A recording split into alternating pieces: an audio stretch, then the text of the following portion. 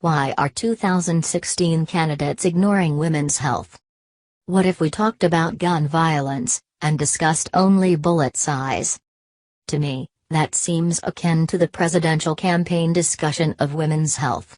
Somehow in 9 Democratic debates, not a single question was asked about women's health, and when the issue came up elsewhere it was often in the narrowest form, about abortion. Democrats proclaim a woman's right to choose, and Republicans thunder about the sanctity of human life. Women's health goes far beyond that. It should be a national scandal that a woman dies of cervical cancer almost once every 2 hours.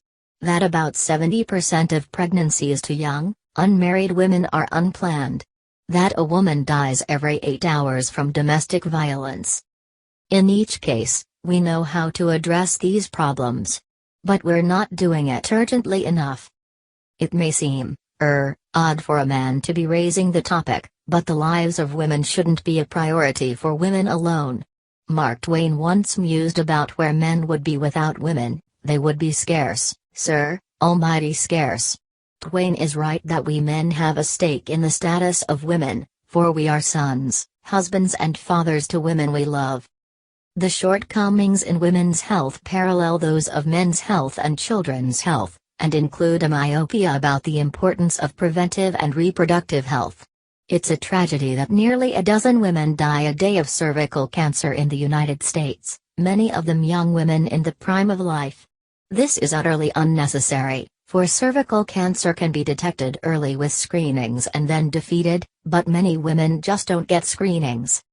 Likewise, the HPV vaccine prevents most cases of cervical cancer, but even now, 40% of adolescent girls don't get the vaccination, along with 58% of boys. The vaccine protects boys from other, rarer cancers and can benefit their partners. When nearly a dozen women die a day of something so preventable, far more than are killed by, say, terrorism, you'd think we'd be urgently trying to save lives. In some ways we have made progress. Kudos to President Obama for making HPV vaccinations and cervical cancer screenings typically free.